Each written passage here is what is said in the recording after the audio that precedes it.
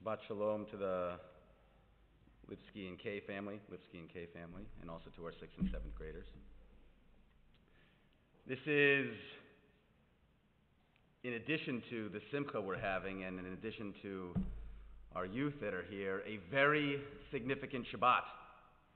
It marks the 75th anniversary of Kristallnacht, Night of Broken Glass. It was a crucial turning point in German policy towards the Jews, arguably the beginning of what we now consider the Holocaust. And 75 years later, here we sit, safely in a sanctuary, celebrating a B'nai Mitzvah, our 6th and 7th graders here, and with such joy and freedom, it is easy for Kristallnacht to seem like a footnote in history. I bet you there's some of our kids who may not even have ever heard of Kristallnacht. And for them, our 10, 11, our 12-year-olds, it's just another page in a history book. And so I want to help bring this event to life. And first of all, how many of you are 10 years old? Raise your hand. I'm going to tell you a story of a boy who was 75 years ago, on November 9th, 1938, 10 years old, living in a beautiful apartment in Cologne, Germany. But before I tell you that story, I have to give you a little bit of background. The boy, he was born in the small town of Schweiz, Germany, on the Moselle River, to a hard-working father named Alex, a loving mother named Franny. And Alex, he was a savvy businessman. And after World War I, he started a scrap iron business. It flourished on account of the unprecedented amounts of scrap metal that were left over from the devastation of the war, and his resourceful idea of recycling the iron from the shattered tanks and the planes that littered Germany's landscape, it grew into a massive operation. It included a tremendous factory, subsidiary train and shipping companies that transported the metal. The business, it was an hour ride from his house in Schweiz. But he was so successful, Alex, that he was able to purchase one of the first cars in the entire city. He hired a chauffeur who drove him back and forth. Things were good for him and his family.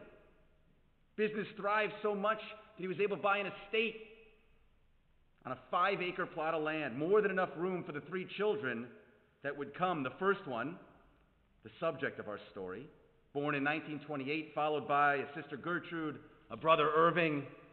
In the town, Schweiz, it had only a few Jews. But Alex, he remained active. He was president of the only synagogue in the town, sent his eldest son to shul, sent him to Hebrew school, where there were only 12 students, different ages, all in one classroom. The little boy, he grew up in Schweiz. His exposure to Jews limited to only his family and the 12 kids in his Hebrew school class. None of his friends were Jewish. Imagine this. But in the early 30s in Germany, ironically, boys didn't care who was Jewish and who wasn't Jewish. They just played. So he's 5, and he turns 6, and he turns 7, and he turns 8. And the boy enjoyed the luxury of wealth. But then he turns 9 in 1937. 2 Gestapo agents knock on the family's door. It was Shabbat. They ransack the house. They pay special attention to ripping out the phone lines. They confiscate the radios. And the boy, he didn't understand why. He didn't ask many questions. He just watched it happen. And as the week went by, more and more Nazis arrived to the place he called home. In less than a week, the house and the 5 acres of land no longer belonged to his father. The business, which his father built with his bare hands, seized. Bank accounts emptied. 95%, maybe more, of the family's fortune vanished in a matter of days. But they were wealthy, so that 5% that Alex managed to hide from the Nazis, it was enough to transport his family to Cologne. Enough to purchase an apartment, not nearly the size of the house, but substantial enough that most of us in this room would consider it large. And the little boy, He was shielded from most of the trauma. He found himself in a new city, in a new school, part of a new synagogue, which to his delight had many more Jewish children. The memories of the Gestapo storming his house, unplugging the phones, taking over his property in Schweiss, they were replaced by the excitement of a new city. And he learned its nooks and crannies. He walked to school every day, this little boy. He memorized the streets. He memorized the trolley stops and the storefronts, and he gained a reputation, even as a little boy, of being the kid who knew how to get places. Everybody asked him for directions. This would become a very valuable skill in the coming years. And then on November 9th, 1938, 75 years ago tomorrow, it was snowing. Day ends, darkness comes, and the boy, who is 10 years old at the time, he hears noise outside the apartment. Windows of stores being smashed, glass shattering. He hears screams, some of them out of fear, some of them out of aggression, but they all blend together into a commotion, and the smell of smoke, it stings his nose, and the next morning, his father wakes him and takes him by the hand and walks him to their synagogue. Alex wanted to check the bench where they kept their taluses and their sidurim to see if he could salvage anything, but their synagogue was one of 1,500 that were burnt the night before, the Torah's ash. In total, that evening, 7,500 Jewish businesses were destroyed, 30,000 Jews rounded up, arrested, brought to concentration camps. That, my friends, 75 years ago, was Kristallnacht. Now, for this family, plans to flee Germany, they began immediately for Alex, Franny, and the three kids. Months after Kristallnacht, another knock at the door, another Gestapo agent. This time it was one of Alex's former employees, and he'd come to escort Alex to the border of Luxembourg. Deportations, they were increasing. Alex needed to escape. He was brought to a canal, told to swim across, make his way to Genoa, Italy, which he did, and the family it managed in his absence as he prepared passage to the United States in Italy.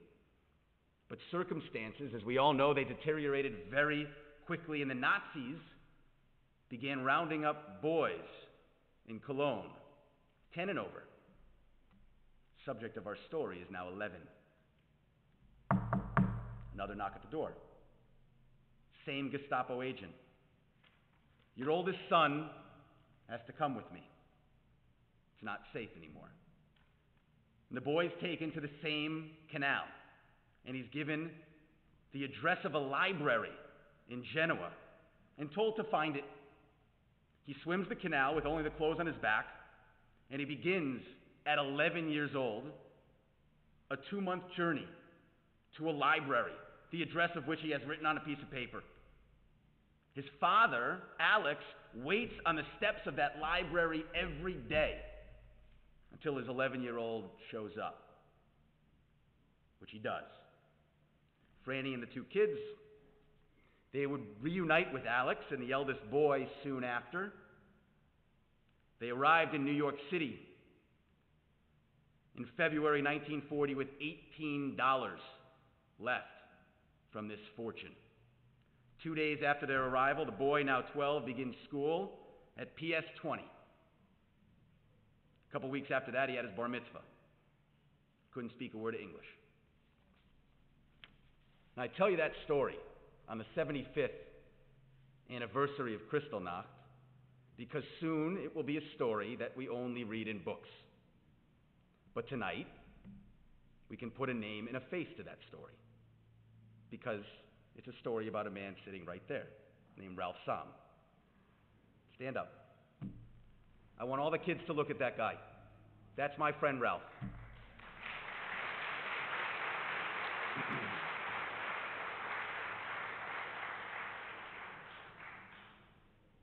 And we tell that story because when I was a boy, we used to commemorate Kristallnacht with candles, and it was sad. And it was a time when we would mourn. But things are changing. And I think that the best way to commemorate what the Nazis tried to do on this day 75 years ago is to have our children here, to bring them to the Bima, to celebrate the fact that they're still having B'nai Mitzvah, reading from the Torah that the world's been trying to take from us for 3,000 years. And so as we invite our children to the Bima for Shalom Aleichem, and we invite Ralph to the Bima to join them, let us remember that the ultimate exclamation point, the Am Yisrael Chai, the Jewish people live, is our children. I invite you all to please rise as we turn to page 13b. All the kids, Ralph, come on up, please.